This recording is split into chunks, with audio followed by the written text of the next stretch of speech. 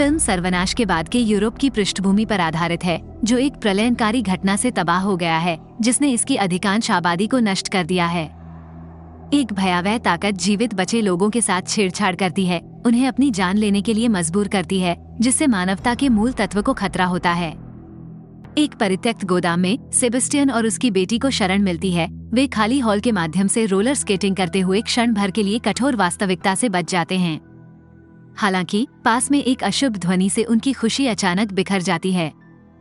जब उन्हें भागने की आवश्यकता का एहसास होता है तो डर उन्हें घेर लेता है। कुछ जरूरी सामान के साथ अपने स्केट्स को तेजी से पैक करते हुए वे बाहर निकलने के लिए दौड़ते हैं। उनके भागने में एक क्रूर मोड़ आ जाता है जब सेबेस्टियन पर लाठी चलाने वाले अंधे हमलावरों के एक समूह द्वारा घात लगाकर हमला किया जाता है। बेरहमी से पीटा गया, सेबेस्टियन को खून बह रहा है और चोट लगी है। क्रूर हमलावरों ने उसकी आपूर्ति जब्त कर ली है। एक हताश क्षण में एना को एक टूटी हुई बोतल दिखती है, जो सेबेस्टियन को वापस लड़ने के लिए प्रेरित करती है। खतरे को भांपते हुए अन्ना हस्तक्षेप करते हैं और उनसे आगे हिंसा न भड़काने का आग्रह करते हैं। बाद में सेबेस्टियन और अन्ना इमारत से बाहर निकलते हैं। उनकी आंखें काले चश्मे से ढकी होती हैं, लेकिन उन्हें खाली सड़कों और ढहती इमारतों में वीरानी दिखाई देती है।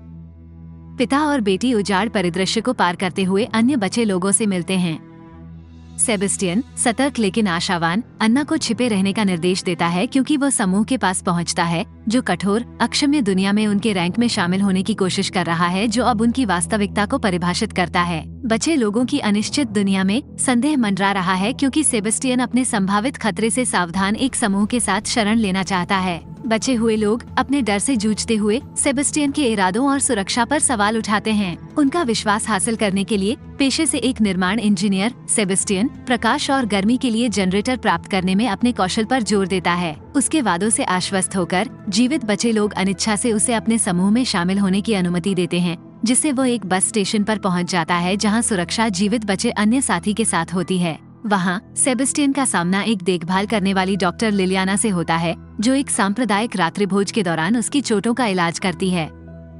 साझा भोजन के बीच सेबेस्टियन को एक अनोखे उत्तरजीवी के बारे में पता चलता है, एक व्यक्ति जिसने अपने दिमाग को इकाई के प्रभाव से बचाने के लिए अपनी आंखें सिलने का सहारा लिया है।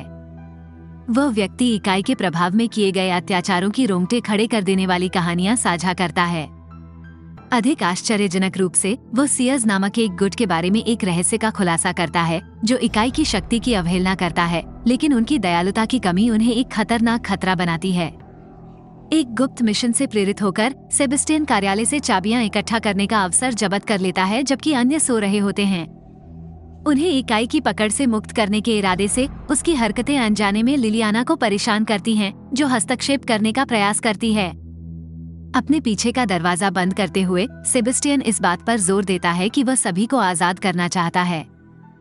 जैसे ही वह बस स्टार्ट करता है, अफरा तफरी मच जाती है, जिसके कारण अन्य लोगों द्वारा उसे रोकने का उन्मादी प्रयास किया जाता है। उथल पुथल भरी भागदौड़ में सेबेस्टियन ने नियंत्रण खो दिया, जिससे बस दुर्घटनाग्रस्त हो गई और पलट गई। घायल और खून बह रहा है, वह लड़खड़ाता हुआ बाहर निकलता है। तभी एक अन्य व्यक्ति उसका पीछा करता है। दूर की इकाई की ओर इशारा करते हुए सेबेस्टियन इसकी सुंदरता पर आश्चर्यचकित हो जाता है, जिससे बचे हुए लोगों को एक टूटी हुई दुनिया में जीवित रहने की तलाश में एक अराजक और हताश गठबंधन के बाद छोड़ दिया जाता है। घटनाओं के एक भयावह मोड़ में आदमी खुद को सीयर्स के रूप में प्रकट करता है, इकाई को देखता है और तेजी से कांच के टुकड़े के साथ अपनी जान ले लेता है। चौंकाने वाले रहस्योद्घाटन से पता चलता है कि सेबेस्टियन भी एक सीयर्स है, जो इकाई के प्रभाव से अप्रभावित है। जैसे ही लिलियाना सहित बचे हुए लोग बंद आंखों और सिर झुकाए हुए बस से बाहर निकलते हैं, सेबेस्टियन इकाई का सामना करने के लिए जबरन अपनी आंखें खोलता है। भयावह इकाई को देखकर लिलियाना और अन्य लोग निराशा का शिकार हो जाते हैं और विभिन्न तरीकों से अपनी जान ले लेते हैं। एक एक करके सेबेस्टियन देखता है कि प्रकाश उनके शरीर से फीका पड़ गया है, आकाश में चढ़ रहा है। अचानक वह खुद को एक अलौकिक दायरे में पाता है। अपने पिता के साथ हाथ मिलाते हुए आश्वस्त होता है कि उसने उन्हें बचा लिया है। अचानक फ्लैशबैक सेबेस्टियन को उन पुराने दिनों में ले जाता है जब यूरोप अज्ञात इकाई का शिकार हो गया था। 9 महीने पहले अराजकता फैल गई, क्योंकि काम पर सेबेस्टियन को एक समाचार चेतावनी के माध्यम से इकाई के विनाशकारी हमले के बारे में पता चला। दहशत फैल गई और कार्यालय के लोग इकाई के प्रभाव में आ गए। अपनी पत्नी लॉरा द्वारा तत्काल बुलाए जाने पर सेबेस्टियन ने अपनी बेटी एना को स्कूल से वापस लाने के लिए अराजक सड़कों से होकर दौड़ लगाई। मेट्रो के रास्ते में उसने इकाई की शक्ति को तबाही मचाते हुए देखा, जिससे वो भागने के लिए प्रेरित हुआ। सड़कों पर लौटते हुए सेबेस्टियन को इमारतों में विस्फोट के साथ और अधिक तबाही का सामना करना पड़ा। स्कूल पहुंचने पर उसका स्वागत एक दुखद दृश्य से हुआ। भयभीत अन्ना भयभीत सहपाठियों से घिरा हुआ था। भागने की बेताब कोशिश में उनका सामना स्कूल के पादरी एस्टेबन से हुआ, जिसने एक परेशान करने वाली धारणा का प्रचार किया कि इकाई एक देवदूत थी जिसकी पवित्र चमक ने उन लोगों को अंधा कर दिया था जो इसे देखते थे। स्कूल के पादरी एस्टेबन मानवता को अस्तित्व की बेड़ियों से मुक्त करके उनकी पीड़ा को समाप्त करने के लिए एक क्रांतिकारी विचार प्रस्तुत करते हैं। सेबेस्टियन इस चरम प्रस्ताव से गहराई से प्रभावित होकर अपनी बेटी अन्ना को अपनी जैकेट में ढकता है और अपने अपार्टमेंट की इमारत में भाग जाता है। दुख की बात है कि वो लॉरा को बचाने के लिए बहुत देर से पहुंचा, जिसे सड़क पार करते समय एक कार ने टक्कर मार दी थी। वर्तमान में सेबेस्टियन और अन्ना एक संक्षिप्त प्रार्थना के लिए चर्च में रुकते हैं। हालांकि सेबेस्टियन ने एक पेंटिंग बदलाव को नोटिस किया, जिसमें सीयर्स के रूप में अपनी असली पहचान का खुलासा किया गया, यह विश्वास करते हुए कि वह इकाई के माध्यम से मौतों की योजना बनाकर आत्माओं को बचा रहा है। जैसे ही वे सड़कों पर लौटते हैं और अधिक लोगों को इकाई के प्रभाव के आगे झुकते हुए देखते हैं, सेबेस्टियन इकाई को एक गौरवशाली देवदूत घोषित करते हैं, जो आकाश की ओर बढ़ती उज्जवल रोशनी को देखकर आश्चर्यचकित हो जाता है। उनकी यात्रा में उनका सामना क्लेयर नाम की एक महिला से होता है, जो सेबेस्टियन को गुप्त दृष्टिकोण का प्रयास करने के लिए प्रेरित करती है। हालांकि राफा और ऑक्टेवियो के स्वामित्व वाले कुत्तों के अचानक हमले से उसकी योजना बाधित हो जाती है। सेबेस्टियन अपने समूह में स्वागत करने का अनुरोध करता है और राफा, शुरू में अनिच्छुक, सेबेस्टियन की जनरेटर की कहानी के आगे झुक जाता है। जैसे ही वस्तुएं उनके चारों ओर उड़ती हैं, इकाई के आगमन का संकेत देती हैं, समूह जल्दी से चला जाता है। एक खतरनाक यात्रा के बाद वे एक पुराने परित्यक्त आश्रय, अपने आश्रय स्थल पर पहुंचते हैं। यहाँ सेबेस्टियन का परिचय इसाबेल और रॉबर्टो, एक विवाहित जोड़े, और सोफिया, एक युवा जर्मन लड़की से कराया जाता है, जो अन्ना से काफी मिलती जुलती है। परिचय के बाद राफा ने सेबेस्टियन से जनरेटर के बारे में पूछताछ की।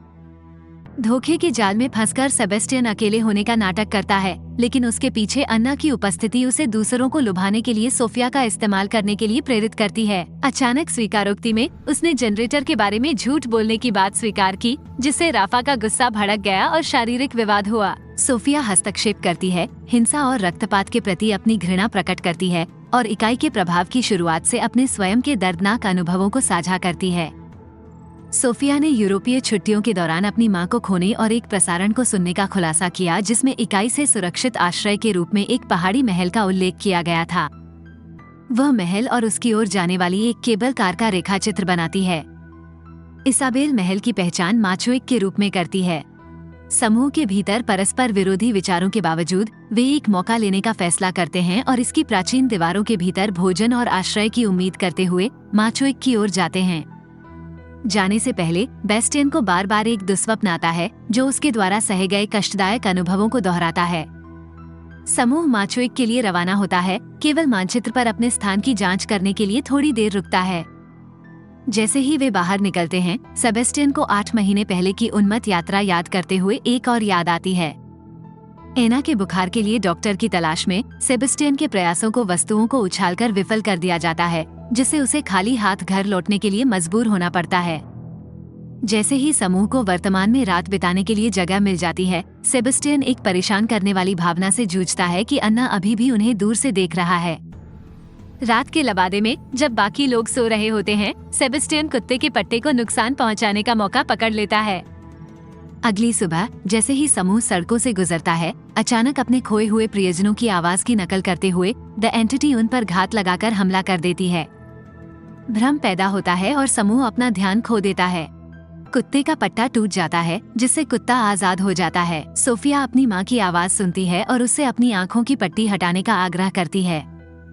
संभावित त्रासदी को रोकने के लिए ऑक्टेवियो समय पर हस्तक्षेप करता है। दूसरी ओर राफा अपने कुत्तों को लेकर बेचैन है। जब वो उनकी वेदनापूर्ण चीखें सुनता है, तो वह अपनी आँखों पर बंधी पट्टी खोल देता है, इकाई का सामना करता है और तुरंत झुक जाता है। कुत्ते राफा की जांच करते हैं और रॉबर्टो भी यही प्रयास करते हुए काटे जाने का शिकार हो जाता है। पास के एक घर को देखकर ऑक्टेवियो ने सीटी बजाकर दूसरों को अपने पीछे अंदर आने का संकेत दिया। जबकि इसाबेल रॉबर्टो के हाथ की चोट की ओर झुकती है, ऑक्टेवियो ने अपनी परिकल्पना का खुलासा किया।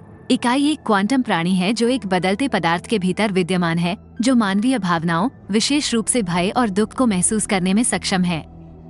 सेबेस्टियन उसकी मान्यताओं पर सवाल उठाता है, लेकिन सोफिया को आंसुओं में देखकर वो उसे सांत्वना के रूप में अपना हार देता है। ये कृत्य एस्टेबन और उसके गिरोह की एक और स्मृति को जन्म देता है, जो लोगों को मुक्ति के लिए अपनी आंखें खोलने के लिए मजबूर करता है। अन्ना को अराजकता से बचाने की कोशिश में सेबेस्टियन ने उसे अपने अपार्टमेंट में रखा। वर्तमान में सेबेस्टियन लगातार अन्ना को देखता रहता है, जिससे वो उसके अस्तित्व पर सवाल उठाता है। क्या वह भूत है या उसकी कल्पना का एक चित्र है? क्लेयर ने उसके साथ तर्क करने का प्रयास किया, ये सुझाव देते हुए कि इकाई अपने प्रियजनों को धोखा देने और भ्रमित करने के लिए उपयोग करती है। लाना की भूतिया फुसफुसाहट सेबेस्टियन की अनिश्चितता को और बढ़ा देती है, जिससे वह अपने जीवन में अन्ना की उपस्थिति की वास्तविकता पर सवाल उठाने लगता है। समूह के संघर्षों के बीच रॉबर्टो एक संक्रमित घाव के कारण गिर जाता है। ऑक्टेवियो, क्लेयर और सेबेस्टियन दवा की खोज में निकलते हैं। एक खुली खिड़की वाले कमरे में सेबेस्टियन ने एक बार फिर अन्ना को देखा और ऑक्टेवियो को इशारे से बुलाया, धोखे से दावा किया कि खिड़की बंद है। ऑक्टेवियो अपनी आंखों पर बंधी पट्टी हटाकर द एंटिटी का सामना करता है और दुखद रूप से मौके पर ही अपना जीवन समाप्त कर लेता है। सेबेस्टियन संदेह से जूझ रहा है, ऑक्टेवियो के शरीर से उज्जवल प्रकाश नहीं देख सकता है। जैसे ही एना लगातार उससे क्लेयर की आंखों से पट्टी हटाने का आग्रह करती है, सेबेस्टियन खुद को अस्थिर मानसिक स्थिति में पाता है। शुक्र है क्लेयर ने हस्तक्षेप किया और मामला बिगड़ने से पहले उसे खींच लिया। जोड़ी के पास लौटकर क्लेयर ने रॉबर्टो के लिए मिली दवा साझा की। अन्ना और सोफिया की फुसफुसाहटों के बीच फंसे सेबेस्टियन को आंतरिक संघर्ष का सामना करना पड़ता है। बचे हुए लोग शहर से होते हुए माचुएक की ओर अपनी यात्रा जारी रखते हैं। सेबेस्टियन ने हर जगह एस्टेबन के प्रतीक चिन्ह से अंकित लाशें बिखरी हुई देखीं। अचानक उनका सामना एक बाइक पर सवार सियर से होता है, जो उनका रास्ता रोक रहा है। भागने का प्रयास करते समय समूह को त्रासदी का सामना करना पड़ता है, क्योंकि इसाबेल और रॉबर्टो जमीन पर गिर जाते हैं। फंसा हुआ और निराश महसूस करते हुए दंपति ने अपनी किस्मत को गले लगाते हुए अपनी आंखों पर बंधी पट्टी हटाने का फैसला किया। हालांकि इससे पहले कि सियर्स उन्हें पकड़ सके, सेबेस्टियन ने त्वरित कार्रवाई करते हुए क्लेयर और सोफिया को एक सुरक्षित इमारत में खींच लिया। इस तनावपूर्ण क्षण में क्लेयर एक चौंकाने वाली खोज करता है। सेबेस्टियन के चश्मे काले नहीं हैं, जिससे उसकी पहचान सियर्स के रूप में सामने आती है। उन्मत्त भागने में क्लेयर ने सोफिया का हाथ पकड़ लिया और वे सेबेस्टियन का पीछा करते हुए भाग निकले। एना द्वारा उन्हें नुकसान पहुंचाने के लगातार आग्रह से प्रेरित होकर सेबेस्टियन उन दोनों के करीब आ जाता है। क्लेयर और सोफिया छत पर चढ़ने में कामयाब होने के बावजूद सेबेस्टियन ने उनका रास्ता रोककर उन्हें पकड़ लिया। नुकसान पहुंचाने के इरादे से वो सोफिया को निशाना बनाता है, उसकी आंखों से पट्टी हटाने का प्रयास करता है। घटनाओं के एक आश्चर्यजनक मोड़ में सेबेस्टियन ने अन्ना को खून बहता हुआ देखा, जिससे अचानक हृदय परिवर्तन हो गया। अन्ना के साथ अपने अप्रत्याशित संबंध को महसूस करते हुए उसने सोफिया को छोड़ने का फैसला किया। फिर सेबेस्टियन के दिमाग में एक भयानक फ्लैशबैक आ जाता है। उसे कुछ महीने पहले का वो पल याद आता है, जब उसने और एना ने अपना जन्मदिन मनाया था। घुसपैठिए घुस आए, जिससे अन्ना को छत पर मौजूद इकाई का सामना करने के लिए मजबूर होना पड़ा, जिसके परिणामस्वरूप उनकी दुखद मृत्यु हो गई। वर्तमान में सेबेस्टियन अन्ना के बारे में सच्चाई और उसकी नई खोजी स्पष्टता को उजागर करने का निर्णय लेते हुए क्लेयर को बचाने का प्रबंधन करता है। वह हर कीमत पर उनकी रक्षा करने का वचन देता है। जैसे ही शांति का आभास पहुंच के भीतर होता है, सियर्स प्रकट होता है, जिससे इमारत में अराजकता फैल जाती है। कोई विकल्प न होने के कारण तीनों छत के रास्ते भागने को मजबूर हैं। भागने की हताश कोशिश में एक महिला सेबेस्टियन से भिड़ जाती है और उसकी आंखों को नुकसान पहुंचाने का प्रयास करती है। लचीलेपन के साथ सेबेस्टियन ने उसे दूर धकेल दिया, जिससे दुखद गिरावट आई और उसकी मृत्यु हो गई। तीनों सड़कों पर पहुंचते हैं और पीछा कर रहे सियर्स से बचने के लिए जल्दबाजी में भागने के लिए एक कार का इस्तेमाल करते हैं। हालांकि एस्टेबन और उसका गिरोह वाहनों से पीछा करते हैं। केबल कार टावर की ओर दौड़ते हुए सेबेस्टियन ने कुछ सियर्स को खत्म करने के लिए कार में विस्फोट कर दिया। सेबेस्टियन क्लेयर को सोफिया को ले जाने और आगे बढ़ने का निर्देश देता है, जबकि वह एक रहस्यमय व्यक्ति के साथ दार्शनिक बहस में संलग्न होता है। सोफिया को पुरानी सीढ़ियों पर चढ़ाते हुए क्लेयर एक टूटी हुई सीढ़ी से गिरने से बाल बाल बचाता है। आंखों पर पट्टी बांधकर चढ़ने का कोई विकल्प नहीं होने के कारण क्लेयर ने इसे हटा दिया। शीर्ष पर पहुंचकर केवल ये पता चला कि केबल कारें चालू नहीं हैं। अपने पैरों पर सोचते हुए वह इकाई को आकर्षित करने के लिए एक घंटी बजाती है। अपनी आंखों को ढक लेती है क्योंकि यह उनके प्रियजनों की आवाज की नकल करती है। जमीन पर सेबेस्टियन क्लेयर को इकाई मानकर उस पर हमला करता है, लेकिन उसे पता चलता है कि यह एस्टेबन है। उनके तीव्र संघर्ष की परिणति घातक चाकूबाजी में होती है। जैसे ही सेबेस्टियन ने हार मान ली, उसे ये जानकर सांत्वना मिली कि क्लेयर और सोफिया सुरक्षित हैं। इस बीच एस्टेबन और सेबेस्टियन की दुखद मौत को पीछे छोड़ते हुए क्लेयर और सोफिया एक केबल कार में भाग जाते हैं। क्लेयर और सोफिया को एक महल में शरण मिलती है। सेना द्वारा उनका स्वागत किया जाता है। सोफिया अपनी माँ से मिल जाती है, जबकि क्लेयर एक प्रयोगशाला में रक्त परीक्षण कराती है। शोधकर्ताओं ने आघात के एक रासायनिक मार्कर की पहचान करने और इकाई के खिलाफ प्रतिरक्षा के लिए एक एंटीबॉडी विकसित करने की अपनी खोज का खुलासा किया। बाद में जैसे ही एंटीबॉडी को चूहों में इंजेक्ट किया जाता है, एक सीयर्स, जो एक प्रायोगिक विषय प्रतीत होता है, नियंत्रण कक्ष से निकलने वाली भयावह गड़गड़ाहट पर प्रतिक्रिया करता है, जिससे एक डरावनी पूछताछ शुरू हो जाती है। नियति की गूंज अपना जटिल नृत्य बुनती रहती है, जिससे बचे हुए लोग अनिश्चितता और रहस्योद्घाटन के जाल में उलझ जाते हैं।